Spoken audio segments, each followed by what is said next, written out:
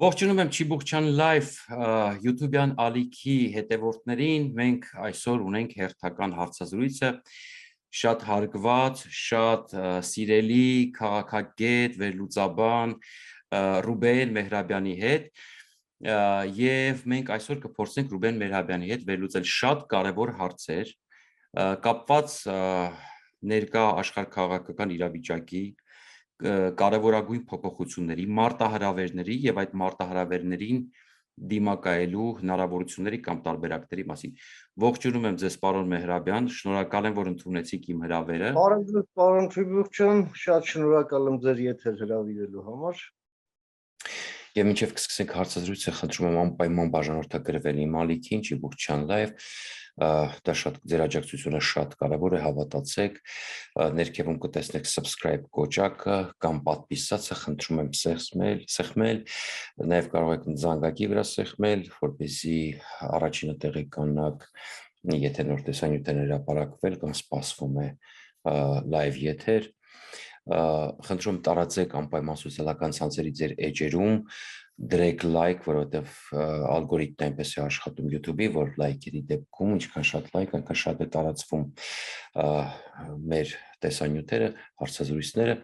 անպայման տեղադրեք սոցիալական ցանցերի ձեր էջերում, նաև խմբերում, նաև կարող եք Messenger-ի միջոցով ձեր ընկերներին ուղարկել, որովհետև որքան շատ տարածվի, հավատացեք, այնքան մեծ կլինի ձեր աջակցությունը իմ ալիքին։ Նաև կուզենամ նաև հատուկ նշել, որ եթե Facebook-ից եք մտնում YouTube, այնտեղ վերևը կտեսնեք ռուսերեն приложение կամ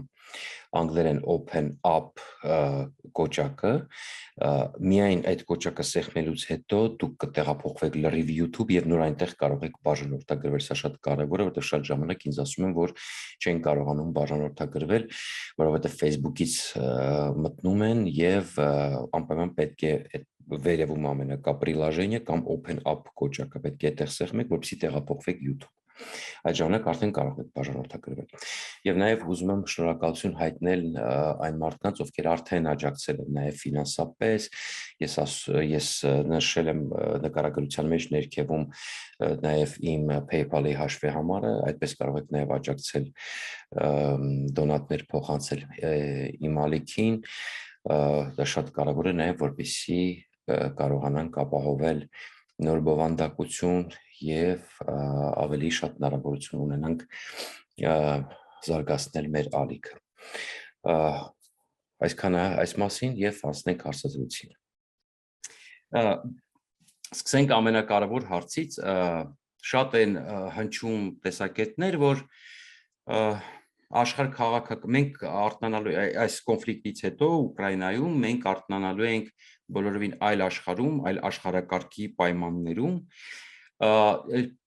ճիշտ ասած աշխարհակարգի փոփոխությունը կարծում եմ կախված կլինի թե կողմերից որ մեկը կունենա հաջողություն,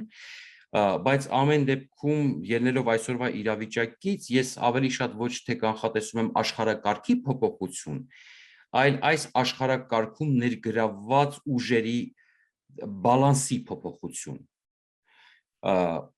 Ինչ եք կարծում, այդ փոփոխությունները արդեն ընթացքի մեջ են եւ մենք արդեն տեսնում ենք այդ փոփոխությունները, թե դեռ պիտի սպասենք, թե ինչ-որ բան պետք է փոխվի։ Նախ եւ առաջ մենք փետրվարի 24-ին արդեն իսկ արթնացանք միանգամայն ուրիշ աշխարհում, որովհետեւ այդ առաջին կրակոցները ռուսական բանակի Ուկրաինայի հողում, դրանք կրակոցներ էին ոչ միայն Ուկրաինայի, այլև գործող աշխարհակարգի դեմ։ Եվ նման հավակնությունների մասին բաց տեքստով, թե մինչ այդ, թե հենց այդ օրը, թե դրանից հետո խոսել է անձամբ Ռուսաստանի նախագահ Վլադիմիր Պուտինը։ Հետևաբար մենք մեզ մնում է միայն փաստել, որ այն աշխարհը, որը գոյություն ուներ մինչև փետրվարի 24-ը, այլևս գոյություն չունի։ Երկրորդը, ինչը մենք պետք է փաստենք, դա այն է, որ այս պատերազմի բովում ծնվում է վաղվա աշխարհակարգը, որտեղ անխուսափելիորեն Ռուսաստանի դերը, նշանակությունը եւ տեղը լինելու է միանգամայն այլ, քան այն կար մինչև փետրվարի 24։ Ինչու եմ ասում անխուսափելի, որովհետև այսօր քաղաքակիրթ աշխարհի ընկալմամբ աշխարհում առաջացել է մի բացարձակ չարիք, որին պետք է ոչնչացնել։ Դրա մասին բաց տեքստով խոսում է Միացյալ Նահանգների նախագահը, չնայած ոմանք ինչ որ թշվշում, դժգոհում են, թե այդպես չէր կարելի եւ այլ, բայց Բայդենը այսպես հուզմունքի մեջ, հուզված լինելով Լեհաստանում ուկրաինացի փախստականների հետ հանդիպումից հետո ուղղակի ասաց այն, ինչն է մտածում։ Նույնիսկ կտրվելով տեքստից, որը նրա speech writer-ները պատրաստել էին։ Նա ասաց հետևյալը, որ այդ տղան իսեր Աստծո չպետք է լինի իշխանության մեջ։ Եվ ընդհանրապես մենք երբ տեսնում ենք ինչ քայլեր է ձեռնարկում Արևմուտքը Ռուսաստանին այս պատերազմում զսպելու համար եւ փորձում ենք այն ինչ որ ալգորիթմի մեջ տեղավորել, ապա այդ ալգորիթմը մեզ տանում է ուղղակի դեպի Ռուսաստանի բազմապատկում 0-ի։ Ռուսաստանի տնտեսությունը ջնջվում է ուղղակի, ջնջխվում է ուղղակի։ Ռուսական բանակին ուկրաինական զինված ուժերը աղում եւ մաղում են հազարներով Ուկրաինայի այդ դաշտերում եւ տափաստաններում եւ մենք տեսնում ենք, որ 1 ամիս անցել է պատերազմից եւ պատերազմը ստացել է միանգամայն այլ բնույթ։ Երբ առաջին օրերին Խարկովում ոչնչացվեց ռուսական զինված շարասյունը եւ այնտեղից հայտնաբերվեցին այդ ջախջախված շարասյունից նույնիսկ զորահանդեսային համազգեստների մի ողջ կոմպլեկտներ, ոստիկանության պարագաներ, ժողովրդին զսպելու համար վահաններ, հատուկ միջոցներ։ Այո, դա ուղղակի մի շատ կարևոր տարր էր, որը ի ցույց էր դնում, թե պատերազմի առաջին օրերին ինչ էր պլանավորում Ռուսաստանը։ Ռուսաստանը պլանավորում էր այսպես մի սարընթաց գրոհով վերցնել Ուկրաինայի կարևոր քաղաքները, շատ կարճ ժամանակահատվածում ուղղակի աշխարհին կանգնեցնել փաստի առաջ եւ այդ կատարված փաստի քաղաքականություն տանելով պարտադրել նոր իրողությունների հետ հաշտվել Արևմուտքին եւ աշխարհին ընդհանրապես։ Իզարմանս շատերի, իզարմանս նույնիսկ շատ ուկրաինացիների, իզարմանս ամերիկացի գեներալների, վերլուծաբանների, որոնք միշտ զբաղված են տարբեր պատերազմներով, ուկրաինական բանակը իր անօրինակ հերոսական դիմադրությամբ ջարդեց Պուտինի պլանները։ Դրան հաջորդեց այսպես պլան B-ն, ըստ որի պետք էր ուղղակի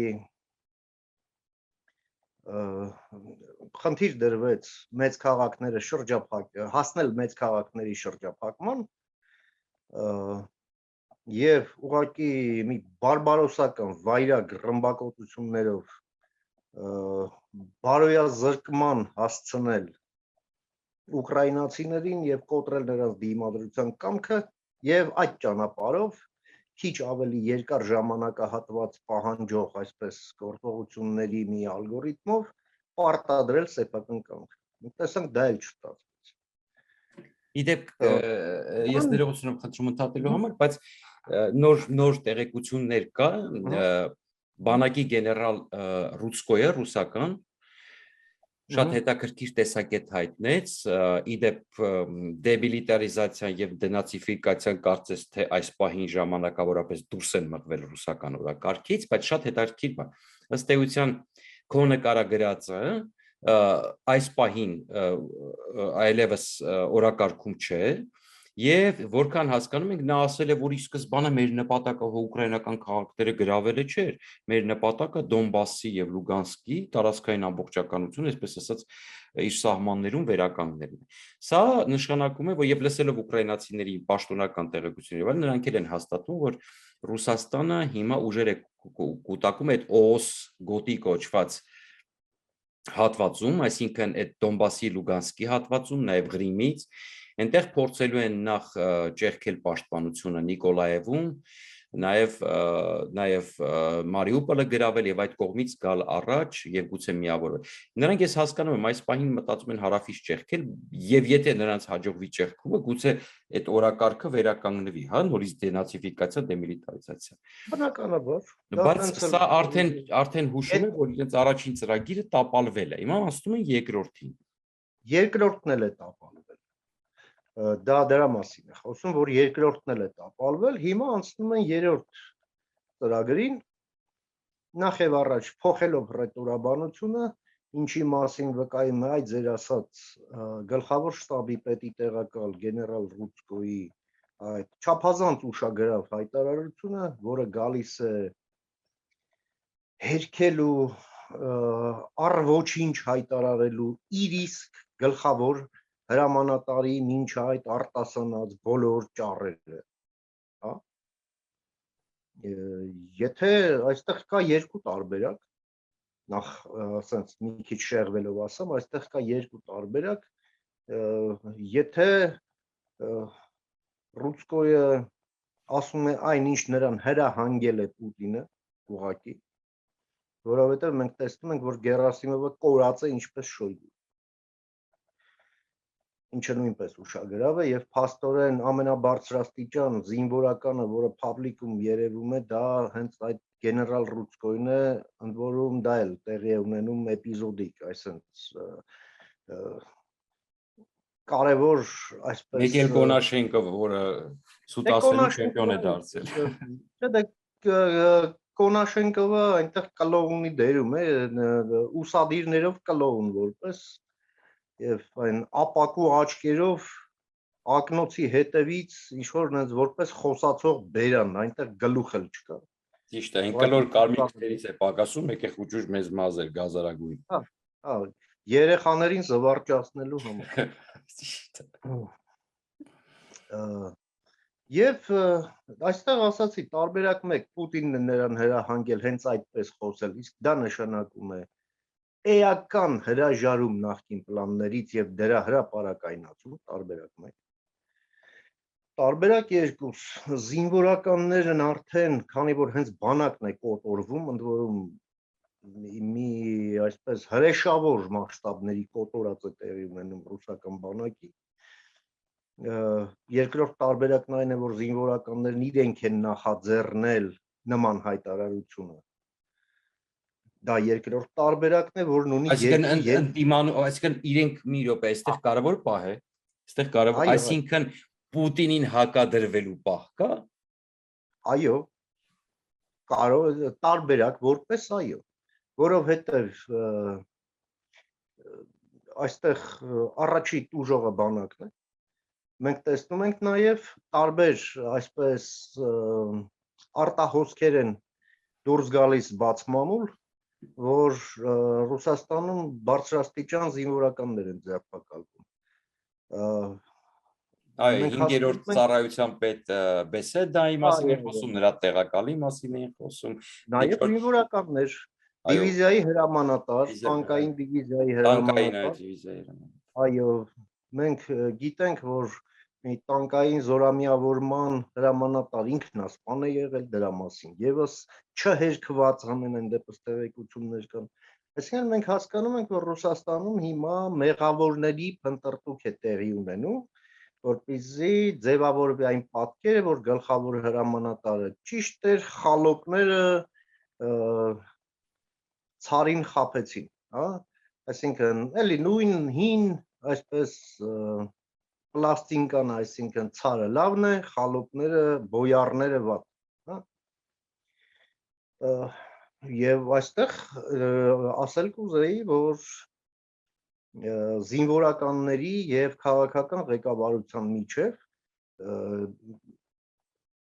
հող կա հակադրության համար, հա, որովհետև կոտորվողը բանակն է եւ կոտորվում է ուղղակի սխալ քաղաքական որոշումների, արկածախնդիր քաղաքական որոշումների պատճառով։ Իդեպ ասեմ ձեզ, սա նոր բան չէ, այն իմաստով, որ նացիստական Գերմանիայի բանակում եւս երկրի ղեկավարության եւ Վերմախտի գեներալների միջև բազմաթիվ հակասություններ կային, որ նրանք հասկանում էին, որ այդ ուղեղը հանած եֆրեյտորը ուղղակի կոտորում է գերմանացի ժողովրդին, գերմանացի զինվորին։ Մենք գիտենք հայտնի պատմություն, որ անգամ Հիտլերին ուզում էին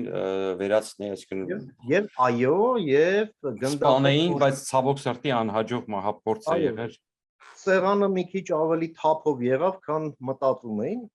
Այդ պայուսակը երբ տրաքեց սեղանի տակ, այդ փռած քարտեզի տակի սեղանի տակ դրված այդ պայուսակը եւ գնդապետ ֆոն Շտաուֆենբերգին մահապատժի ենթարկեցին, չնայած նա հերոսացվեց արդեն հետ նացիստական Գերմանիա։ Ես այնպես որ մենք հստակ հիմքեր տեսնում ենք նման հակադրության համար։ Ամեն դեպքում հակադրումը ցույց կտա արդեն մենք ինչի հետ գործ ունենք, այստեղ միայն մենք կարող ենք այսպես որպես կողքից դիտորդներ, իսկ մենք կողքից դիտորդներ ենք այս պարագայում, ուղղակի որպես վարկածներ թվարկել այն ինչ թվարկեցինք մինչ։ Ամեն դեպքում այստեղ խնդիր կա, նախ կա հայտնի Բիլինգքեթի նախաձեռ ղեկավարներից մեկը, այսպես ասենք, հայտնի լրագրող Խրիստո Գրոզևը հետաքննության արդյունքում կասկած է հայտնել, որ ընդ որում ասեց հիմնավոր կասկածներ կա, որ եւ Պուտինը եւ Շոյգուն, այսինքն Շոյգուի անհետանալը բացատրել է նրա Ալթայում գտնվող բունկերում Ալթայում չէ, Պուտինն էր կարծես, մի խոսքով ինչ որ իր հայրենիքում գտնվող բունկերում գտնվելու հանգամանքով մի խոսքով ասեց եւ Շոյգուն եւ Պուտինը բունկերներում են այս պահին եւ հենց այդ է պատճառը, որ բայց այն ձեր ասածը, որ դուք ասում եք, որ այո պատժվել են ղեկավարներ, բանակի եւ նաեւ գաղտնի իրենց ԱԱԾ-ի, այսպես ասած FSB-ի, դա այո, փաստ է։ Բայց այստեղ մի ուրիշ հանգամանք կա։ Հիմա այսպես փորձենք կամած գալ դեպի մեզ աստիճանաբար։ Ուրեմն նախ ես պատմության մեջ չեմ, ես գուցե սխալվում եմ, բայց ես չեմ հիշում դեպք, երբ որ աշխարհը այսպես զարգանում է, էվոլյուցիայի է ենթարկվում, եւ ինչ որ պատերազմի արդյունքում, այսինքն այդ էվոլյուցիան իհարկե ցանկացած պատերազմ իր հետ բերում է ինչ որ հետընթաց, բայց հետո զարգացումը շատ ավելի սրընթաց է լինում, կարծես թե։ Բայց ես չեմ հիշում, որ օրինակ երրորդ դարում վարած պատերազմից հետո կամ 16-րդ դարում տեղի ունեցած մեծ պատերազմից հետո այսինքն ինչ որ մի ուժ աշխարհը նետի 12-րդ դար, օրինակ, հա 4 դար հետ կամ 3 դար հետ, ես այդպիսի բան չեմ հիշում։ Հիմա Ռուսաստանը ընդհանրապես աշխարհին ասում է, մենք պետք է վերադառնանք մի 5-6 դար հետ, հա, գոնե այն լավագույն դեպքում միջնադար կամ ուշ միջնադար, այսպեսի ինչ որ մի իրավիճակ է ստեղծվում, որտեղ այն ինչ որ Պուտինը այսօր պահանջում է, դա ուղղակի այդ ժամանակները, երբ որ առևտրի համար, առևտրի տարածքների համար պետությունները իրար մեջ ուղղակի այսպես ասած հավոր մեծ պատերազմներ էին վարում, ինչ որ առևտրի գոտի կամ ինչ որ պետություն նպաճելու համար իրենց գոտին սարքելու այսպիսի ինչ որ իրավիճակ, հա։ Հիմա Պուտինը նմանատիպ ինչ որ միջնադարյան մտածելակերպի պատերազմ է վարում եւ ես կարծում եմ, որ անկախ այս պատերազմի ելքից ամեն դեպքում պարզապես պատերազմի այն ելքը, որ դեպքում որ Ուկրաինան կպարտվի, այս դեպքում կարող է երկարել ինչ որ մի process սկսել, որը նաև շատ դաժան հետևանքներ կարող են ունենալ Ռուսաստանի շրջապատող պետությունների համար, որտեղ Ռուսաստանի մահը, այսպես ասած, կարող է երկարաձգվել եւ հետաձգվել, ոչ թե Ռուսաստանի մահը, այսպես ձևակերպեք, հա, պուտինյան իշխանության։ Բայց ես ինչումն է կայանում հարցս։ անկախ ամեն ինչից ես մենք հիմա այսօր նկար եմ տեսել մեծ քանակությամբ, շատ մեծ քանակությամբ զինտեխնիկա է բերվում տարբեր տեղերից։ Ընդհանուր ես ձեզ ասեմ, որ ուկրաինացիները խոսում որ 102-րդ ռազմաբազան է դատարկվել։ Տաջիկստանի 201-րդ ռազմաբազան է դատարկվել։ Աբխազիայում ասում են գրեթե ռուսական զորք չկա։ Այսպես արդեն բոլոր տեղերի Սիրիայից են բերում այդ Վագներովցի կոչվածներին, հա, Լիվիայից են բերում, որտեղից պատահի արդեն Ռուսաստանը կենտրոնացնում է եւ պատրաստում է երկրորդ ալիքին։ Բայց պետք է նաև այստեղ մի գործակից օգտագործել, դա իհարկե ինֆորմացիոն պատերազմի թատերաբեմն է, հա, եւ այստեղ ինչ էլ ասում են, պետք է նաև այդ տրամաբանության մեջ դիտարկել եւ ոչ թե հալատ յուղի տեղ ընդունել Դե բնականաբար ասում եմ, բայց ես հարցս վերջնական մի նախադասություն ասեմ, ձևակերպեմ, այստեղ հարցը հետեւյալն է։ Ամեն դեպքում մենք հասկանում ենք, որ Ռուսաստանը այնպես չի, այդ ռուսերեն լավ բառ չէ, շապկա закидательства, այդ ուկրաինացիների բավ, եւ մենք չեմ կարծում, որ այս պահին Ռուսաստանը այլևս այնքան թույլ է, որ բայց երբ որ Զելենսկին ելույթ է արևմուտքը թույլ է տալիս Զելենսկին ելույթ ունենալ բոլոր պարլամենտներում, այսինքն իրենք են բարձրացնում Զելենսկին որպես ժողովրդավարության պահապանի այսպես մի կոչում են տալիս եւ կարող եք դուք պատկերացնել որ այսքանից հետո այդուամենայնիվ թույլ կտան որպեսզի Զելենսկին պարտվի որտեղ Զելենսկիի պարտությունը շատ վատ իրեն ինքը արդեն խորհրդանիշ է չեք կարծում որ այստեղ խնդիրներ կարող է առաջանալ Եկեք մի քանի բան այնուամենայնիվ արձանագրենք, մինչ այդ դուք խոսում եք իրավիճակի աննախադեպության մասին։ Ես լիովին կիսում եմ այդ ուրեմն ընկալումը եւ կուզեի ուղղակի այդ աննախադեպությունից մի քանի կարևորագույն տարր նշել այնուամենայնիվ։ Աշխարհն այսօր ընկալում է, որ գործ ունի մի բացարձակ չարիքի հետ, որը կրակելով Ուկրաինայի վրա մարտահրավեր է նետել ամբողջ աշխարհին եւ դրան պետք է ամբողջ աշխարհով դիմագրավել։ Եվ ինչ ունենք արդյունքում։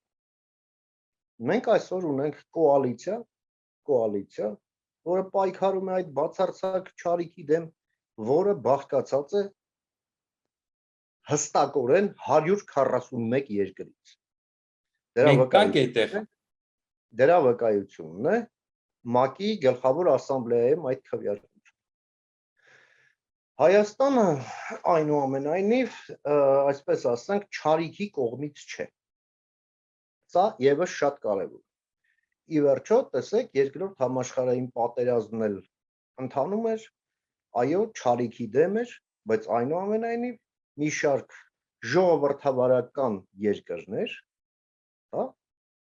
որում միանգամայն դրական ռեպուտացիա ունեցող հարգված երկրներ մինչև վերջ պահպանեցին իրենց չեզոքությունը։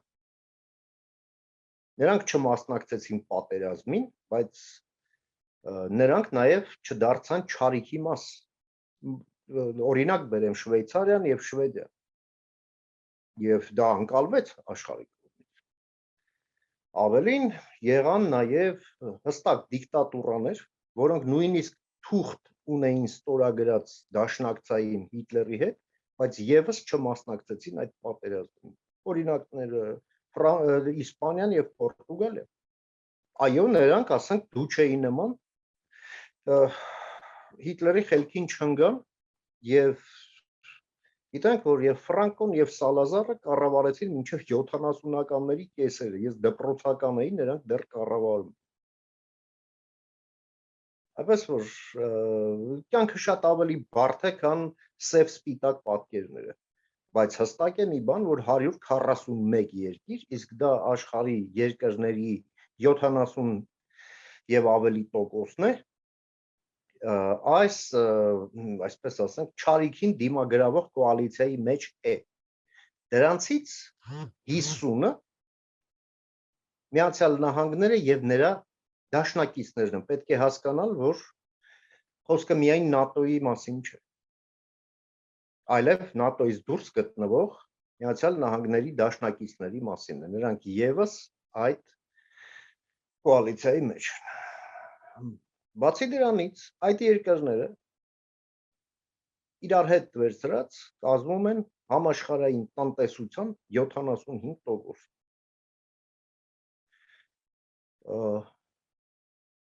Այն պատժամիջոցները, որոնք հայտարարված են Ռուսաստանի, դրանք իրոք որ դժոխային պատժամիջոցներ են եւ ուղղակի Ռուսաստանի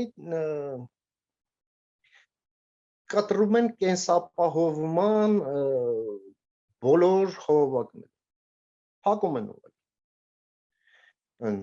Պարզ ժողովրդական լեզվով ասած, ոչ միայն օթերն են փակում, այլև ջրերը։ Մենումա ցամաքը փակեն։ Եվ ցամաքը, որովհետև մենք տեսնում ենք, որ սահմաններն էլ եւս փակվում։ Եվ այդ իմաստով Ռուսաստանն ուղղակի դատապարտված է պարտությամբ։ Երկու հարց է մնում անհայտ։ Հարց 1. Ինչքան դա կտևի։ Դա թող ոչ մեկ իր վրա նման պատասխանատվություն չվերցնի եւ պայծառատեսությամբ չզբաղվի։ Դա չգիտեն ոչ պայքարողները, դա չգիտի ոչ ինքը Պուտինը։ Եվ երկրորդը, ինչ գին դեռ կվճարի Ուկրաինան, ուկրաինացիները եւ ոչ միայն Ուկրաինան եւ ուկրաինացիները այս չարիքին տապալելու համար։ Ահա եւ ողջ իրողություն։ Այս ընթացքում իհարկե ոնց որ ասում են Ստալինի սիրած ասացվածքը ռուսական լես ռուբետ շեպկի լիծած ովքեր են լինելու այդ շեպկաները, որ դժբախտներն են լինելու այդ շեպկաները։ Եվ այդ իմաստով այո մենք մտածելիք ունենք, ընդ որում շատ խորը եւ շատ հրատապ։ Մենք խոսում ենք վաղվա իրողությունների մասին, իսկ վաղվա մասին մենք արդեն իսկ այսօր պետք է մտածենք։ Մենք Ես կներեք ուզում եմ հարցը ձևակերպեմ, որպեսզի այդ թեման մտանք արդեն Հայաստան։ Շատ նամակներ եմ ստանում, օրինակ ես տեսակետ հայտնեցի հենց պատերազմից առաջ էր եւ պատերազմի ընթացքում էլ, որ Ուկրաինան պայքարում է նաեւ Հայաստանի համար։ Դա իմ տեսակետն է, հիմա իմ հիմնավորումներ չվերեմ, շատ երկար է։ Արդյոք համաձայն եք այս տեսակետը, որ Ուկրաինան պայքարում է նաեւ Հայաստանի համար։ Եվ երկրորդ հարցը ձևակերպեմ, իրար հետ խնդրում եմ փորձեք պատասխանել, որպեսզի մեր հեռուստատողին մեր իմ ալիքի հետևորդներն այսպես ասեմ, բայց ոչ միայն իմ ալիքի, ես ասեմ, շատ այդպիսի նամակներ եմ ստանում եւ լսում եմ այստեղ էլ, ասում են, արդյոք վտանգավոր չէ մեզ համար, եթե Ռուսաստանը պարտվի։ Խնդրեմ։ Դեք ինչ մեր գնահատականից թե վտանգավոր է, վտանգավոր չէ, նախ սկսեմ վերջից, ոչինչ չի փոխվում։ Ի վերջո, այս ամեն ինչը արվում է, այո, որ Ռուսաստանը պարտվի, եւ դա լինելու է այսպես բուժիչ պարտություն Ռուսաստանի համար, այնպես ինչպես եղավ 150 տարի առաջ Ղրիմի պատերազմում Ռուսաստանի պարտությունը, որը վերջապես բերեց ճորտատիրության վերածվելուն։ Այս պատերազմով վերջ է դրվելու ընդհանրապես ռուսական շովինիզմի պատմության, այնպես ինչպես 45 թվականին վերջ դրվեց գերմանական շովինիզմի պատմության։ Եվ այդ շովինիզմի առավել անճոռնի դրսևորման նացիզմի իդեմս դրա ամենաանճոռնի դրսևորման նացիզմ։ Ներողություն, ախր պարոն Մեհրաբյան, մի բան, էլի գոնե գերմանացիները ստեղծել էին, տեխնոլոգիաներ էին ստեղծել։ Աշխարհը այո, նացիզմը չարիք էր, բայց եթե մենք հիմա հետ գնանք, չէ, երկրները նույն Միացյալ Նահանգները այնքան տեխնոլոգիաներ էին վերցրել հետո նացիստներից եւ բժշկության ոլորտում եւ ռազմական ոլորտում, ոչ միայն նույն է սովետական միությունը։ Այսինքն, եթե մենք այդ չարիքը վերցնենք, այդ չարիքը այսպես ինչ որ հիմք ուներ, ինչի վրա էր ինքը մեծացել, ուժեղացել, հզորացել։ Ես չեմ հասկանում իրենք ինչի վրա են։ Ես դե ամեն չարիքները նույնը չէ եւ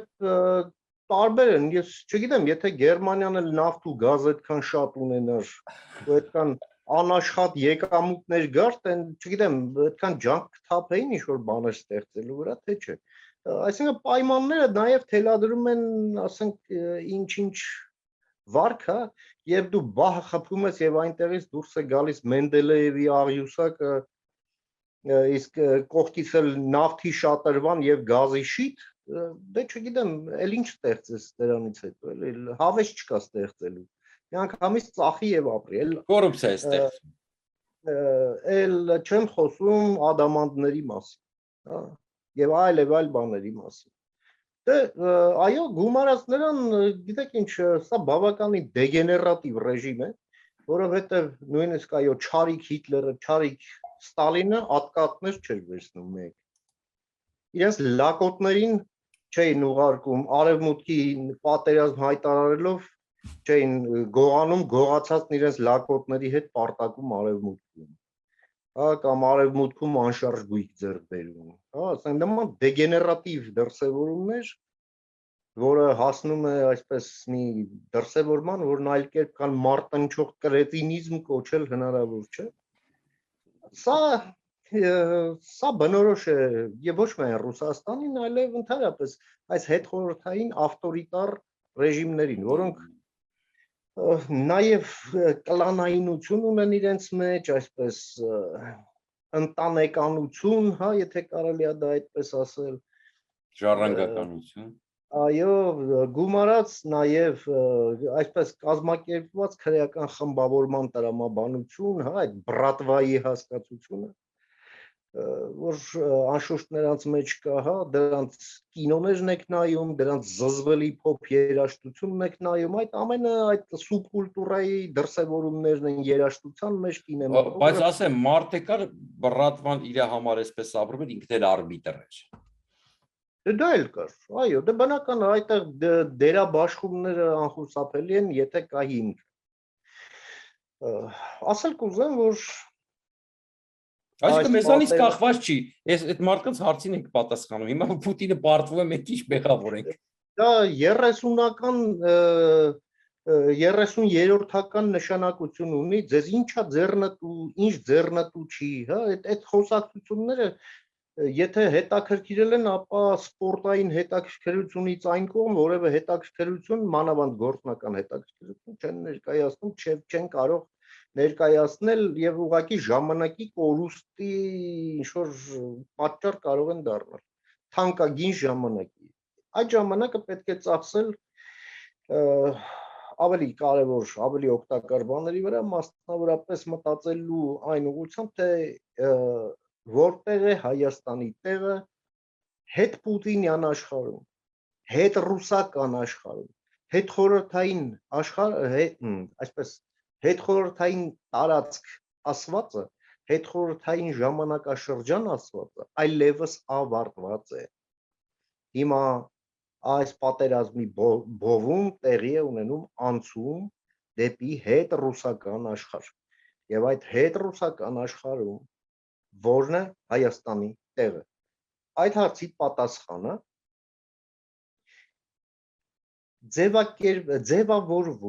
ձևակերպվում եւ կանխորոշվում է այսօր, այս րոպեին։ Սա մենք պետք է միանշանակորեն հասկանանք եւ որևէ իլյուզիաներ չունենանք։ Իսկ այն մեռելասեր, մեռելապաշտ այդ այլասերված մտածողության կրողները ուղղակի ապրիորի համաձայնվում են այդ մեռելի հետևից գնալ այն աշխարհ։ Բնականաբար նորմալ մարդիկ, ել չեմ խոսում խելոք մարդիկ, նման հեռանկարից պետք է ուղղակի հեռու պահեն թե իրենց, թե այն ժողովրդին, որին նրանք ներկայացնում են այս կամ այն ձևով։ Եվ սա ուղղակի նաև կոչ է մեր Իսկ առաջի հարցը, դուք ինչպես եք կարծում, իսկ առաջի հարցը, դուք ինչպես եք կարծում,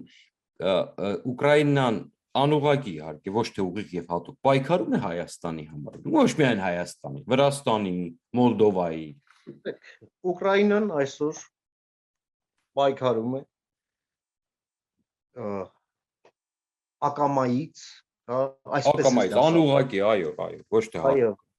Այո, այսպես է ստացվել եւ այնտեղ նույնիսկ ժամանակ էլ չունեն դա գիտակցելու եւ այսպես ռեֆլեքսիայի ենթարկելու Ուկրաինան այսօր պայքարում է ընդհանրապես աշխարհում ազատության եւ ժողովրդավարության համար ազատ աշխարհի համար երկրորդը Ուկրաինան պայքարում է բոլոր այսպես հետխորհրդային երկրների անկախության եւ ինքնիշխանության համար, որովհետեւ Ուկրաինան Ռուսաստանից հետո ամենամեծ հետխորհրդային երկիրն է։ Եվ ես բազմիցս մամուլի հետ իմ շփումներում առիթ եմ ունեցել այդ բանն ասելու, պետք է ձեր եթերում եւս կրկնեմ, եթե Ռուսաստանը ճաշին կերավ Ուկրաինան, մեզ դեսերտի ժամանակ ուղղակի կլպստի թեյք տալից։ Եվ մենք սա պետք է շատ լավ հասկանանք։ Ի վերջո 100 տարի առաջ մենք երբ ստացանք անկախություն, Ուկրաինան եւս ստացավ, մենք հենց այդ ժամանակագրական հերթականությամբ էլ կորցրեցինք մեր անկախությունը։ Առաջինը Բելարուսին խփեցին, հետո կլանեցին Ուկրաինան, իսկ Ուկրաինան այդ ժամանակ պաշտպանեց 700 կիևցի յունկերներ։ Ուկրաինան ըստ էության չդիմադրեց։ Եվ դրանից հետո արդեն Կովկասում հարցերը լուծելը արդեն տեխնիկայի եւ մի քանի ամիսների ժամանակի հարց էր, ինչն էլ եւ տեղի ունեցավ։ Հիմա մենք տեսնում ենք, որ նույնիսկ Բելարուսը դե ֆակտո անշլուսի ենթարկելուց հետո էլ, երբ Ուկրաինան դիմադրում է, ահա այդտեղ նեոկայսերական պրոյեկտը, կայսրության վերականգնման պրոյեկտը, այնպես ինչպես դա արեցին ռուսական կայսրության փլուզումից հետո բոլշևիկները, մենք տեսանք արգելակվում է։ Եվ բացի դրանից, եթե 100 տարի առաջ աշխարհը հոգնել էր առաջին համաշխարհային պատերազմից հետո եւ ընդհանրապես արդեն 6 տարի պատերազմում էր եւ արյունակամ էր եղել, գիտեք 10 միլիոն մարդ մահաց շուրջ, 20-ն էլ մահացավ իսպանական գրիպից, դա շատ հետաքրքիր ձևով զուգահեռվում է այս COVID-ի հետ, եւ այդ ժամանակ այո աշխարհը չկանգնեց այսպես ռուսական կայսրության նախկին մասեր հանդիսացող ժողովուրդների մեջ։ Մեզ էլ անգլիացիներն ասեցին, գիտեք ինչ, գնացեք պայմանավորվեք ռուսների հետ, մենք գնում ենք։ Տենց գոնե ձեզ ողջ կթող։ Ինչն էլ ըստ էության տեղի ունեցավ, լավ բան։ Հիմա տեսնում ենք այլ կերպ է։ Նորից գանք նրան ինչի մասին խոսեցինք այսօր, սրա դեմն առնելու համար ստեղծվել է կոալիցիա բաղկացած 141 երկրից։ Նման բան պատմությունը չի հիշում։ Հետևաբար այստեղ ուղղակի կասկած չկա, թե ինչ վերջաբան է սա ունենալու։ Եվ միակ փոփոխական մեծությունն այն է, թե որքան է սա տևելու եւ ինչ գին է վճարելու։ Այդ երկու հարցի պատասխանը բնականաբար բացի պայծառատեսներից որևէ մեկը չի էլ հավակնում տալ։ Բնականաբար հիմա ամեն ինչ անում են այդ ժամանակը հնարավորինս կրճատելու։ Այդ թվում նաեւ այսպես այդ ֆոն Շտաուֆենբերգի պայմանական գաղափարը եւս Ֆոն Շտաուֆենբերգի փնտրտուք է հիմա Ռուսաստանում։ Եվ վատը չէ պատկերում։ Ակցիա է պատերի վրա կպսրած է, փնտրվում է ռուսական Ֆոն Շտաուֆենբերգ։ Ես ուրիշ բան եմ ուզում հարցնել։ Այ 100 տարի առաջ այո, անգլիացիները ասացին գնացեք ռուսների հետ պայմանավորվեք, լավ։ Հիմա մենք դեռ արդեն շատերս եւ դուք եւ ես շատ երկար ժամանակ ասում ռուսների հետ պայմանավորվել անիմաստ է, որտեղ Ռուսաստանը արդեն Կովկասում մեր հաշվին է ապրում ուղղակի, հա, որտեղ շուտվանից, շատ վաղուց պարզ էր, որ դրանք ոչ Ադրբեջանի դեմ որևէ բան չեն կարող անել, ոչ Թուրքիայի, եւ ըստ էության ինչը ապացուցվում է հիմա։ Հիմա, երբ որ հասկանալի է, որ արդեն ռուսների հետ ինչ որ բան պայմանավորվելն անիմաստ է, որովհետև դրանից միայն մենք ենք դուժելու, իսկ ում հետ մենք հիմա պետք է պայմանավորենք եւ ում հետ կարող ենք պայմանավորվել, եթե կա այդպիսի ուժ։ Տեսեք, ռուսական քաղաքականությունը Կովկասում դա ինքնանպատակ չէ։ այնպես չէ, որ ռուսները այն ինչ անում են Կովկասում, անում են, որովհետև շատ վատ է։ Նրանք իրենց տրամաբանության մեջ են գործում, տրամաբանություն, որը թելադրված է նրանց ցանկությամբ վերականգնելու ռուսական կայսրությունը նախկին խորհրդային միության սահմաններում։ Իհարկե, դա ունենալու է այսպես այլ ներքին բովանդակություն, բայց այնուամենայնիվ կայսրությունը մնում է կայսրություն եւ բոլոր դեպքերում ենթադրում է գերիշխանություն այն տարածքներում, որը նրանք համարում են իրենց։ Եվ մեր բախտը չի բերել նրանով, որ եւ հարավային Կովկասը եւ Հայաստանը ընկալվում են որպես այդ տարածքի կարևորագույն մաս։ Որպեսզի հասնեն այդ խնդիրների, Ռուսաստանը համար առավել այսպես ազդեցիկ լծակներն են դա կոնֆլիկտները։ Նախ եւ առաջ հրահրվում է կոնֆլիկտ, հետո առաջարկվում է միջնորդություն, որի արդյունքում երկու կոնֆլիկտող կողմերը կամ ավելի շատ կոնֆլիկտող կողմերը հայտնվում են ռուսական գերակայության ներքո եւ կոնֆլիկտը լուծվում է այն ժամանակ, երբ Ռուսաստանը լուծում է իր բոլոր հարցերը։ Ահա եւ ողջ տրամաբանությունը։ Եվ այստեղ, քանի որ մեզ հակառակորդ կողմի այսպես ելակետային տվյալները, հա, այսպես ասենք, քիչ այլ է, Ռուսաստանն ուղղակի հաշվարկում է, որ հարցերը շատ ավելի հեշտորեն լուծվում են, երբ կիրառում է այսպես կոչված հայկական գամբիտ, շախմատային լեզվով ասած, այսինքն հայկական պեշկան զոհաբերվում է այն նպատակով, որ տախտակի վրա ձեռք բերվի դիրքային առավելություն։ Մենք այդ գամբիտում զոհաբերվող զինվորիկի դերում ենք ընդ որում բառից նույնիսկ ամենաուղղակի իմաստով, հա։ Այսինքն, եթե Ռուսաստանը ցանկանում էր 2020 թվականի պատերազմի արդյունքում ձևավորված երկրաչափություն, հա, այդ նոր սահմանագծերի, ապա կարող էր հասնել ճնշումների ճանապարհով, բայց ոչ, նրան պետք էր արյունահեղություն, նրան պետք էին զոհեր, նրան պետք էր, որ այդ արյունը հոսեր եւ մաքսիմալ բարդացներ, որպեսզի կողմերը չկարողանան իրար հետ լեզու գտնել որևէ ձևով, եթե չլինի ռուսական կողմը, նոր վերջի օրով գալ եւ կանգնել այն սահմանագծին, որը թեկուզ եւ տակտիկական առումով ձեռնտու է Ռուսաստանին եւ այնպիսի երկրաչափություն, որը արդարացնում է ռուսական ռազմական ներկայությունը տարածաշրջանում։ Ինչը մենք տեսնում ենք Արցախում, հա։ Եվ այդ նպատակով Ռուսաստանը նաև գործի է դնում իր պրոքսիներին, իր պահածոներին, այսպես ասած, հա, բացում է այդ կոնսերվները բոտուլիզմով լի եւ թունավորում է մեր ներքին քաղաքական մթնոլորտը, ապականում է այն, փորձելով մեզ ներշնչել, որ մենք ոչ մի բան ենք, մեր իշխանությունը անկարող է, խելք ունեցեք, եկեք, մոտեք, միութենական պետություն, տեսեք, մենք եւ Բելարուսը ինչ լավ ենք ապրում իրար հետ։ Դե ինչ եք դրել անկապ։ Ես այդ թեման պահել եմ, իդեպ, ես այդ բոտուլիզմին ապայման այդ պահածոները ես ասեմ, որ Ռուբեն Մեհրաբյանը քաղաքական հումորի անկրկնելի վարպետ է, եթե ով չի հետևում Ռուբեն Մեհրաբյանի էջին, ես խորհուրդ եմ տալիս անպայման հետևել, որտեղ անկրկնելի ուղղակի հումոր ունի, եւ այդ պահածոներին բոտուլիզմով լի անպայման կանդրադառնանք մի փոքր այլ համատեքստում նաեւ, ես ունեմ այստեղ երեք վերջին հարցը կանենք, բայց հիմա քանի եկանք շատ կարևոր կետի հասանք, ես մի փոքր այստեղ, այսինքն եթե մենք շատ բացենք, թե ինչի Ռուսաստանը եկավ վերջի պահին, այնպես չի, որ ինքն է որոշել, որտեղ ինքը ամեն ինչը եկեք համաձայնեք թուրքերի հետ է համաձայնեցնում այստեղ արդեն, որտեղ մեծ հաշվով Թուրքիան Սիրիայում ապացուցեց, որ դու այլևս մենակ չես կարող առանց ինձ հարցեր լուծել եւ հիմա էլ տեսնում ենք դա։ Բայց հիմա եկանք հասանք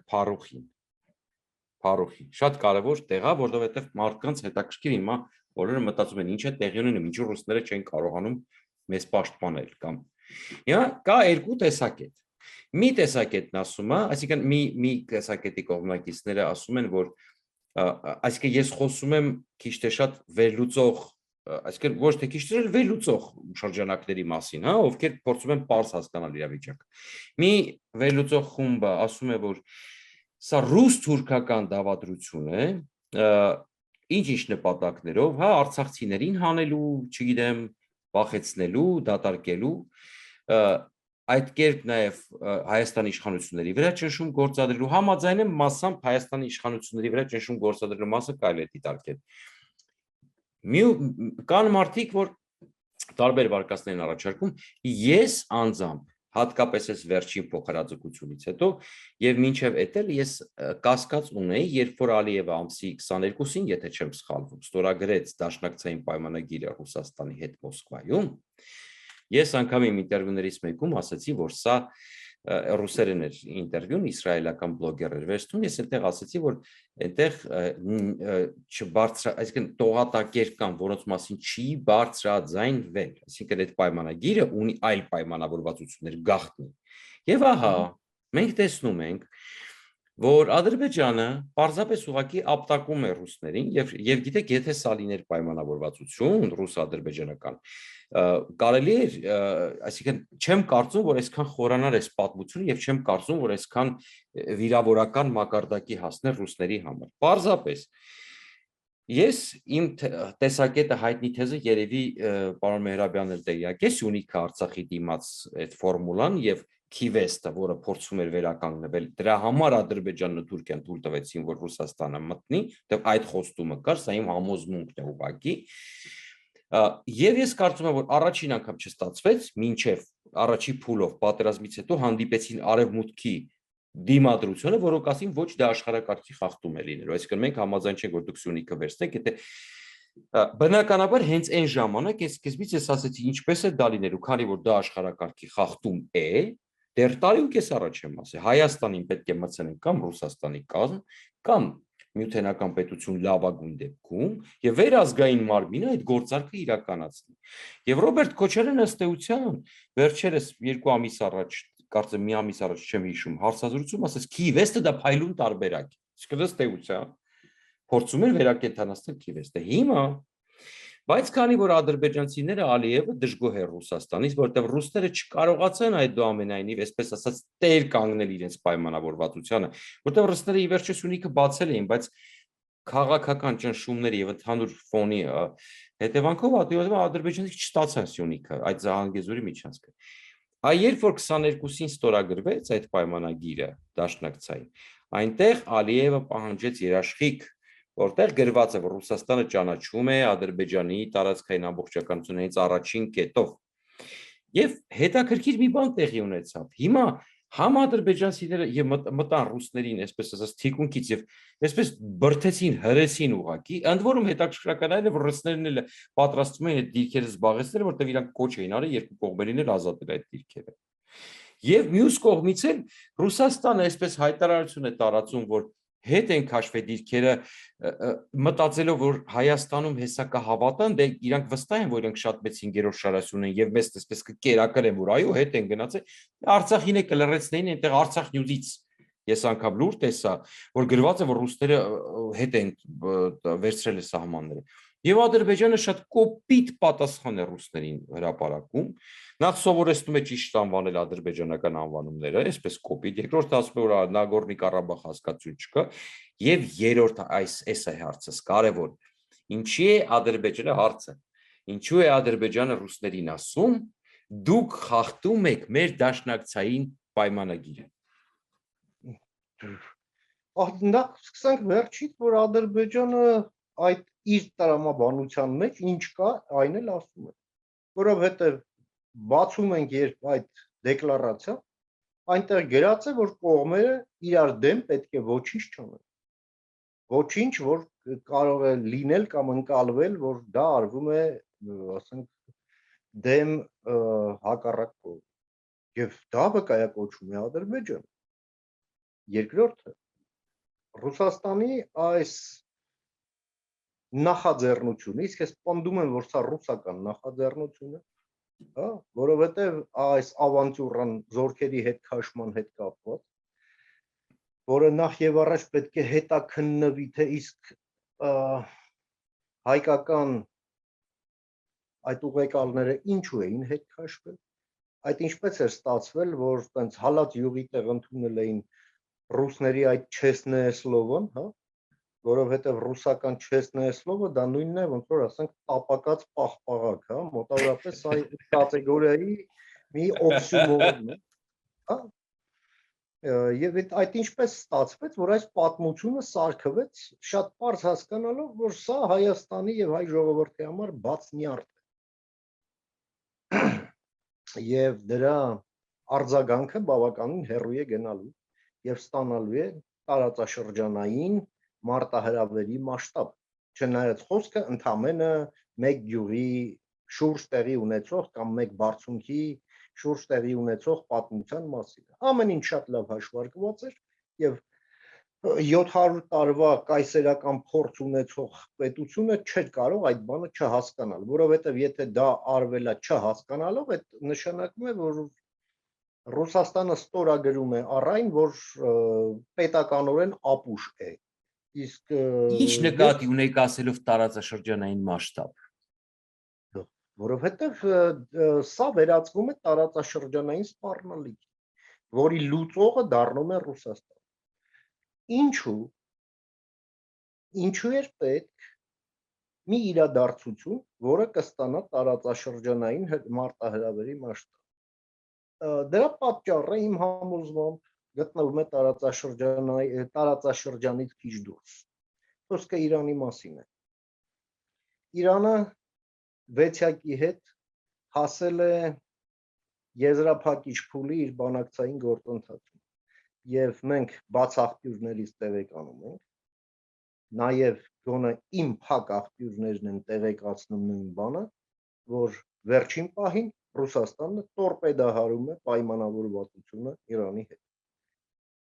Անունն ինչ դնելով։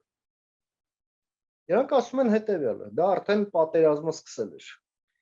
Ռուսները ասում են հետեւյալը, դուք ուզում եք Իրանի հետ պայմանավորվեք, որպեսզի ազատ առևտուր անեք Իրանի հետ, հանելով պատժամիջոցներ եւ օգտվեք դրանից։ Իսկ քանի որ իմ դեմ էլ պատժամիջոցներ են կիրառվում, դա պետք է անեք այսպես ինձ մրցակցություն ստեղծելով, մեկ եւ երկրորդը, քանի որ ես էլ պատժամիջոցների տակ եմ, ինձ դուրս դնելով այդ հնարավորություններից։ Կներեք, ես ձեզ կոնսենսուս չեմ ապահովի եւ թույլ չեմ տա, որ դուք իմ հաշվին գնաք եւ պայմանավորվեք։ Չեմ անում։ Այդ ժամանակ պայմանավորվածություն է ձեռք բերվում, որ որոշ ժամանակով հետաձգվեն բանակցային աշխատանքները, իսկ վերսկսելուց արդեն փորձեն պայմանավորվել առանց ռուսների։ Եվ որպեսզի այսպես որպես հրավեր առևտրի, հա, ռուսները ստեղծում են այսպես մի իրավիճակ, որը այսպես ասենք ավելի ցանկալի է դարձնում, որպեսզի այնուամենայնիվ Ռուսաստանի հետ հաշվի նստեն։ Եվ այդ իմաստով Ռուսաստանի եւ Ադրբեջանի շահերը եւս համընկնում են, որովհետեւ Իրանի բացվելը ձեռնտու չէ նաեւ Ադրբեջանը,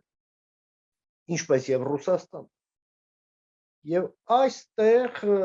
սա ձեռք է բերում այլ չափում, հա, չափում ասելով են անգլերեն dimension, էլի, հա,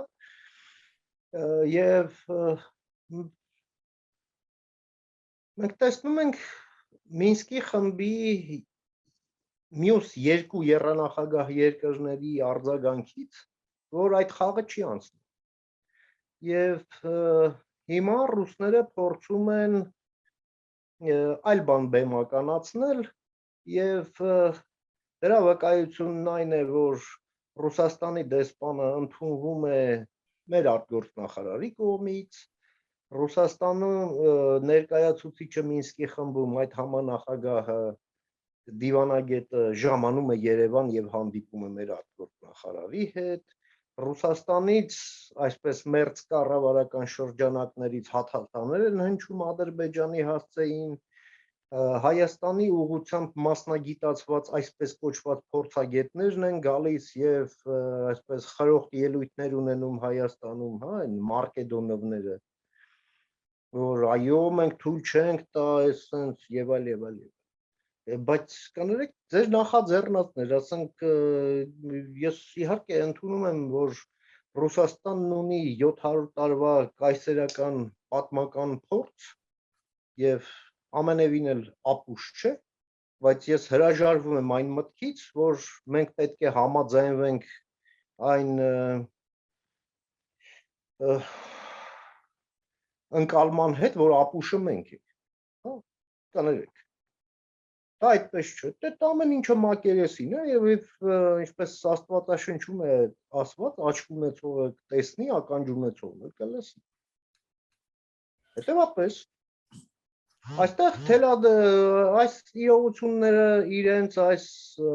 ընդհանրության մեջ թելադրում են այսպես մոտեցումների մի ողջ համալիր։ Դա այն է, որ զգալի չափով Երևանը կարողացավ ճիշտ դիրքավորվել այս ռուս-ուկրաինական պատերազմում։ Սա շատ կարևոր է։ Եվ կարևոր է նաև հասկանալ, թե ինչ մեծ դժվարությամբ դատարվեց Հայաստանին, եթե հաշվի ենք առնում անցյալի այն իներցիան, որը ուղղակի ոչ ծանրությամբ նստած է մեր վրա եւ կախված է մեր վզից, հա։ Այո, բայց Հայաստանը գնաց դերը։ Առաջինը, երկրորդը, մենք հասկանում ենք, որ քաղաքականությունների, բոլոր քաղաքականությունների դիվերսիֆիկացումը ուղղակի վերածվել է արդեն այլևս օրվա հրամայական։ Խոսքը վերաբերվում է եւ անվտանգության քաղաքականության, պաշտպանական քաղաքականության։ Այդ պաշտպանական քաղաքականության շրջանակներում ռազմատեխնիկական համագործակցության աշխարհագրության փոփոխության մասին է խոսքը, հա, արտաքին տնտեսական հարաբերությունների։ Որովհետև տեսեք, այս պատժամիջոցների պատճառով ինձ թվում է հայկական արտահանումը ստիպված ալելու եւ որակ փոխի եւ նոր շուկա գտնի, եթե մենք ճիշտ ուղով գնանք։ Դա դեռ խնդրի միայն մի մասն է։ Հայաստանում մոնոպոլիստ է Գազպրոմը, որը պատժամիջոցների տակ է եւ որի կապիտալիզացիան բազմապատկված է 0-ի եւ հավասարեցված է 0-ի։ Իմիջիալոց ես վերջերս տեսակետ հետեցի, որ իդեալական ժամանակ է հիմա, եթե կարողանա Իրանն ու Ամերիկան հարաբերությունները կարգավորեն, առաջին բանը, որ անելու են այս պահին, Ռուսաստանի այս գազից հրաժարվելու քաղաքականության ֆոնին, անմիջապես պետք է զբաղվեն Իրանից Հայաստանով ավելի մեծ տրամաչափի գազամ։ Այո, Ռոբերտ Քոչարյանի բարակեցված խողովակը պետք է վերահաստատվի, հա, այսպես։ Այո, ես մի հատ մի բան ֆիքսենք, որտեղ շատ կարևոր բան ասեցիք։ Այդուամենայնիվ ֆիքսենք, որ այդուամենայնիվ, այսինչ որ եթե անգամ վերցնենք, որ սա պայմանավորված էր, դրանից մեծ հաշվով մեր տեսակետների տարբերությունը չի փոխվում, նպատակը սյունիկն է։ Իսկ Հայաստանին փորձում են ներքաշել մի պատերազմի մեջ, ընդ որում, այսինքն ես հասկացա ձեր տրամաբանությունից, որ Հայաստանին փորձում են ներքաշել մի պատերազմի մեջ, որի հետևանքով Հայաստանը կկորցնի Սյունիքը, Արցախի հարցը ռուսներն ու ադրբեջանցիները ինչ-որ մի կերպ կլուծեն, բայց ամենակարևորը ես նկատում եմ, որ այս քաղաքականությանը կցվել է նաև Հայաստանի ընդդիմությունը, որը անընդհատ Հայաստանի իշխանություններից պահանջում է մտնել պատերազմի մեջ, ըստ էության բացահայտ։ Այսինքն, տեղի ունենում հետևյալը, Հայաստանին դրդում են գործել մի սխալ, որը կբերի պատերազմի, որի մեղավորը կլինի Հայաստանը, իսկ իրենք եւ ներկա իշխանությունները, այո, բնականաբար, եւ իրենք այն նպատակներին, որին կհասնեն, դրան մեղավոր կնշանակվի Հայաստանը։ Ասեն դե խելք չունեիք, պատժվեցիք։ Ահա թե ինչը տեղի ունենում։ Եվ արդյունքում էլ այդ ավերակները, որը կմնան դրանից հետո այդ ավերակների վրա կթագավորի այն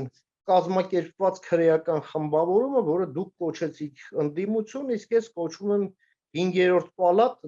5-րդ շարասյուն, մի քիչ էլ 6-րդ 6-րդ պալատ։ պալատ, այո, ես սխալվեցի, ես ընդունում եմ իմ սխալը, Ընդ որում միաժամանակ։ ես իրենց կոչվում եմ, ես մոռացա, ես իրենց պես խոսք է տվել կոչել Հայաստանին ընդդիմություն, ոչ թե Հայաստանի ընդդիմություն։ Հայաստանին ընդդիմություն։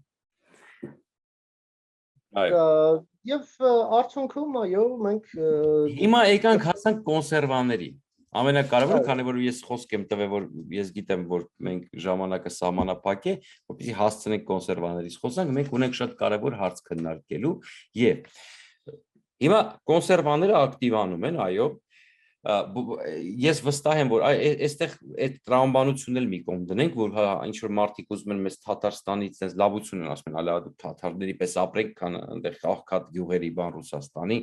ինչ որ մարդիկ ինչպես այսինքն ինչ որ ինստրուկցիա են ստացել, ինստրուկցիան հնացել է, որտեվ Կիևը չընկավ 3 օրում, բայց այսպես իներցիայով սկսում են գործողությունները ինչ որ հրամայել Կրեմլից անում են, ուղղակի ժամանակավրեպ է, չի թարմացվել, ապդեյթ չի արվել ինստրուկցիաները, այսպես գնում են։ Ինչ որ մարդիկ ասում են, եկեք հիմա մենք մտցնենք ազգային ժողով, որ Հայաստանի ինքնին մարդիկ ովքեր ռուսական դրոշներով ցույց էին անում, անկախ Հայաստանի տարածքում, ասում են եկեք մենք ասենք Հայաստանի ինքնիշխանությունը եւ բանը տարածքային ամբողջականությունը պետք է լինի անխափան, բայց ես նկատում եմ, որ պատերազմից առաջ եւ պատերազմը ինչ սկսվեց, ակտիվորեն արդեն նախապատրաստված փորձ է արվում վարկաբեկել Ուկրաինան Հայաստանում, փչացնել Հայաստանի հարաբերությունները Ուկրաինայի, Երևանի եւ Կիևի հարաբերությունները,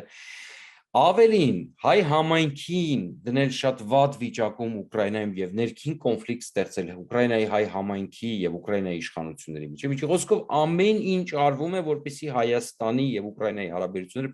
փչանան։ Ավելին ես զարմացած եմ այն մարդկանց վրա, այո, մենք գիտենք Գերագույն Ռադան տհաճ թվիթ է հրապարակել, բայց այնքան բարձր մակարդակով եւ արագ այդ մարդիկ լուծեցին այդ հարցը, որ ես անգամ ապշած եմ որոշ մարդկանց վրա, որոնք ցեցին ինքնաբացահայտվել եւ խայտարակ պատասխաններ գրել եւ անգամ երբ որ թվիթը չկա, չէր կարող գտնել, արդեն հեռացված էր։ Իրենք տեղադրում էին իրենց այդ ջրում եւ շարունակում էին բորբոքել, ուզում ես հասկանաս ինչի, հա։ Ես չգիտեմ, դա ասենք ինչի համար էր արվում։ Եվ այս հիշեցին ֆոսֆորը, ել մեռանք բացատրելով, որ Ուկրաինան ֆոսֆոր չուներ, որ վաճառեր Հայաստանին, փոխարենը ուներ Ռուսաստանը։ Հələ հարցը ով է վաճառել, կներեք Ադրբեջանին։ Հարցը ով է Ադրբեջանին վաճառել ֆոսֆոր։ Ես օրինակ ունեմ լուրջ կասկածներ, որ Ռուսաստանը, եւ ունեմ լուրջ կասկածներ, որ բերպանայում տեղյակ են եւ վախենում են այդ մասին բարձրաձայնել, հա։ Մի խոսքով, հիմա ինչու են ուզում Հայաստանի եւ Ուկրաինայի հարաբերությունները փչացնել, չգիտեմ ինչի հիշել են Զելենսկիի շնորհավորանքը, որը իրականում շնորհավորանք էլ չի, Ալիևի ծննդյան օրվա կապակցությամբ այնքան նուրբ ակնարկ էր ուղարկի, որ մենք տարածքային ամբողջականության կողմնակից ենք, եւ բարձր իրենք էլ ունեն Ղրիմի խնդիր, ել ասենք Տոկաևին գնում էին օգնելու, որ 2 անգամ Ալիևին այսպես ջանջիգյարով շնորհավորեց հաղթանակի, բայց այսպես անընդհատ եւ Ռուսաստանից ուղղորդված եւ Հայաստանից, այսինքն մարդիկ անընդհատ այսպես բացում են այդ թեման Զելենսկին ֆոսֆոր, ասում ես չի ծախել, չէ ծախել է։ Ինչու։ Շատ պարզ, որովհետեւ մենք խոսեցինք դրա մասին, որ այսօր Ուկրաինան ռուսական կայսրության ռուսական շովինիզմի գերեզմանափորն է եւ Հայաստանին հակադրության մեջ դնել Ուկրաինայի հետ լուծում է մի շատ պարզ խնդիր, թե որտեղ է դիրքավորվելու Հայաստանն այս հակամարտության մեջ։ Եվ բնականաբար Հայաստանը որքան շատ բացասական նստված կմնա Ուկրաինայից, այնքան լավ այդ ուժերի համար, այդ Սիվոնյան մարգոների, ֆիլոսոկրատների, այդ ռուսական դրոշով Ռուսաստանի դեսպանատան դեմը վխտացող այդ մեյմունների, հա, եւ այլ այդ չակերտավոր հարգարժան պուբլիկայի համար, այո, սա չափազանց կարևոր խնդիր է, որպեսզի Հայաստանի եւ Ուկրաինայի հարաբերությունները լինեն մաքսիմալ վատ։ Ընդ որում այդ տենդենսը սկսվեց ոչ թե այսօր, այս պատերազմում, այդ տենդենսը սկսեց դեռ Մայդանի ժամանակ, երբ մեր արտգործ նախարարության այդ կաստան Էձիկ Նալբանդյանի գլխավորությամբ որոշեց Հայաստանին տեղավորել մի ճամբարում, որտեղ էին Զիմբաբվեն, Սուդանը, Հյուսիսային Կորեան եւ մեզ փորձել այսպես պարտելով, հա, բացատրել, որ դա բխում է մեր շահերից, հա։ Այդ ստորաքարշ քաղաքականության հետևանքով լուրջ նստվածք մնաց ուկրաինական իստեբլիշմենտի զգալի սեգմենտում եւ շատ մեծ ջանքեր է պահանջվում այդ նստվածքը տարալուծելու համար եւ որոշակի անվստահություն այնուամենայնիվ կա, տեսեք, դուք հենց բերեցիք այդ օրինակը, երբ Թուրքիայում աշխատող ադրբեջանական հեռուստաընկերությունը մի տենց թունավոր ֆեյք է ուղղակի արտանետում եւ ոչ բոլոր, որոշ ուկրաինական լրատվամիջոցներ առանց հարցական նշանի, առանց նշելու, որ ինչ որ, ասենք, լրատվամիջոց է դա հաղորդում, առանց Հայաստանից պարզաբանումներ ստանալու կամ սպասելու մինչև լինի պարզաբանում, միանգամից այսպես պնդողական, ասենց ոճով տալիս են, որ ահա Հայաստանն իր ունեցած չունեցած 4 հատ Su-30-ը էկիպաժներով տվել է Ռուսաստան։ Այո, օթաչուներով։ Հա։ Անկամ մենք չօգտագործեցինք մեր պատերազմում, պիտի տայինք իրենց։ Իր կերոսինով, իր ամեն ինչով, հա։ Սիրիացի ահաբեկիչներով։ Սիրիացի ահաբեկիչներով եւ այլն եւ այլն։ Դե իհարկե, այս ամենը հենց այդ ամենի շլեյֆն է, հա, այսպես ասենք, որը ժամանակի ընթացքում շնորհիվ մեր այս հետհեղափոխական շրջանի արդեն դիվանագիտության եւ առանձնապես պետք է նշեմ նաև մեր դեսպաններին, որ այս ժամանակահատվածում աշխատեցին եւ աշխատում են մասնավորապես Տիգրան Սեյրանյանը, Վլադիմիր Կարապետյանը, որը ներկայիս դեսպանն է, հա, նաև Ուկրաինայի հայերի միության ազդեցիկ անդամների, որոնք 24/7 ռեժիմով աշխատում են Ուկրաինայի իշխանությունների մեծ դերակատարում են ունենում, այո, այս Այ համայնքը ես ինքս եմ տեղյակ, այսօր անմիջապես իրենք էլ իհարկե դեսպանատունն էլ մասնակցություն ունեցել է բարեբախտաբար, արագ հերքել են այդ լուրը եւ հայ համայնքն էլ ամեն ինչ արեց, որ դա արագ կազմակերպվի։ Եվ նաեւ պետք է ասել, որ Ուկրաինայի հայ համայնքը դա աշխարհում 4-րդն է իր նշանակությամբ։ Այսինքն այս ողբերգությունը, որը տեղի ունենում Ուկրաինայում, հստակ ունի նաեւ հայկական չափում, այսպես ասենք, որովհետև Ռուսաստանն էլ առաջին երկիրն է եւ մենք հասկանում ենք ինչ մոլորվածների են ռուսները ներգրավում կամ մարդիկ ուղղակի ձև չունեն շրջանցելու այդ իրողությունը եւ գնում գերի են ընկնում կամ զոհվում են, հա, սա ողբերգություն է, սա գլխակերություն է, որով առանձնանում է ռուսական իմպերիալիզմը եւ այստեղ այո արդեն 150-ի մոտ հասան երեխաների զոհված երեխաների թիվը, սպանված եւ տեսեք պետք է նշեմ, որ Ուկրաինայի հայ համայնքը տարբերվում է այլ երկրների հայ համայնքից, որովհետեւ դա ունի կենտրոնացված կազմակերպական ձև շնորհիվ հիմնադիրների, որոնք նաև այսպես առավել արդյունավետությամբ են իրենց աշխատանքը փորձում կատարել այնքանով, որքանով դա կարելի է անել մինչև 18 թիվը, նույնիսկ առանց պաշտոնական Երևանի աջակցության, որովհետև Ուկրաինայի հետ հարաբերությունները նախկին իշխանությունները ուղղակի outsourcing-ի էին տվել մի շարք հաստագլուխների եւ ոչ միայն Ուկրաինայի հետ հարաբերությունները կարծում եմ Բելարուսի հետ նույն վիճակներ, հա, այսպես խուժանություն եւ բոշություն էր տիրում Հայաստանի արտաքին քաղաքականության մեջ եւ դրա պատուղները մենք դեռ շատ երկար ենք ճակերտավոր վայելելու։ Այնպես որ մենք գործ ունենք բավականին ծանր ժառանգության հետ, որը պահանջում է ամենօրյա քրտնաջան, հետևողական, համակարգային, նպատակային աշխատանք եւ աշխատանք, քիչ խոսքեր, շատ գործեր, հա, բայց հստակ տեսլական աչքի առաջ ունենալով, հա, ոչ թե այսպես ֆիզիկայի լեզվով ասած, երբ դու ունես շատ մեծ պոտենցիալ էներգիա, որը վեկտոր չունի,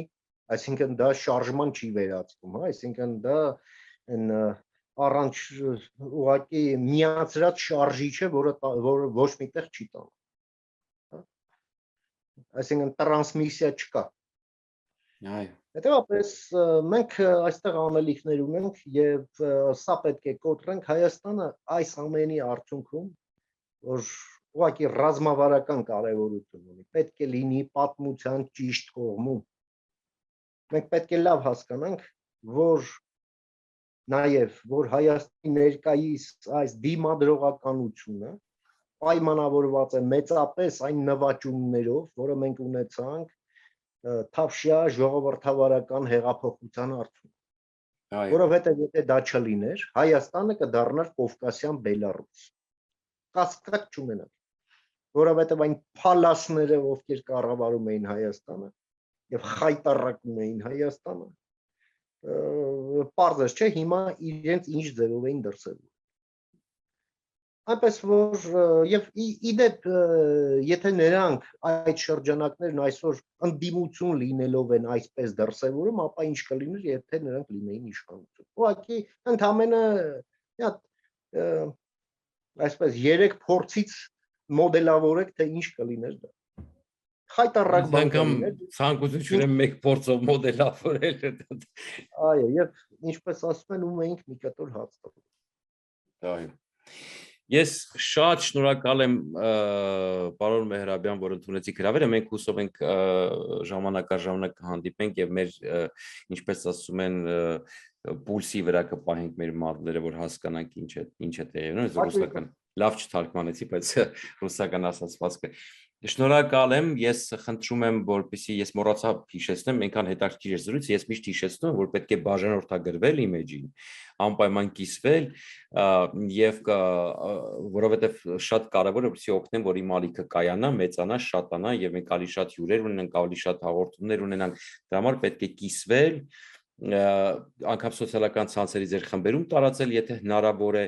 լայքեր, որտեղ ալգորիթմը այդպես է աշխատում եւ նաեւ ցանկացողները կարող են նաեւ մեր ալիքին աջակցել ֆինանսապես, որտեղ նկարագրությունում կա նաեւ PayPal-ի հաշվի համար, եթե ունեն ցանկություն, կարող են նաեւ ֆինանսապես աջակցել։ Ես շնորհակալություն եմ հայտնում ձեզ, պարոն Մեհրաբյան։ Ես էլ եմ ուզում շնորհակալություն հայտնել ձեզ, պարոն Չիբուխյան, եւ մի քիչ չարաշահելով ձեր ընձեռնած հնարավորությունից Բացարձակ։ Ես ինքս ուզում եմ նաև ձեր լսարանին կոչ անել պարբերաբար հետևել ձեր ալիքին, որովհետև դուք շատ կարևոր առաքելություն եք կատարում հանրային այսպես հանրային ընկալումները ճիշտ ուղղությամբ ուղղորդելու համար, որովհետև այս տեղեկատվական այս աղբակույտի մեջ շատ դժվար է օգտակարը այսպես վնասակարից զանազանել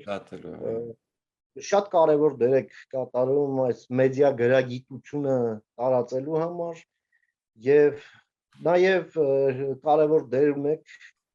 այսպես հանրային ընկալումները վերել զուգահեռելու իրականությանը որը նույնպես շատ մեծ խնդիր է եւ այստեղ հայկական մեդիան թերանում է եւ դուք այդ թերությունը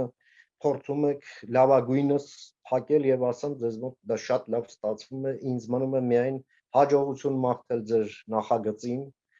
ձեր այդ YouTube ալիքին որտեղ ձեր ցանկության դեպքում ես միշտ պատրաստ եմ մասնակցելու ձեր հետ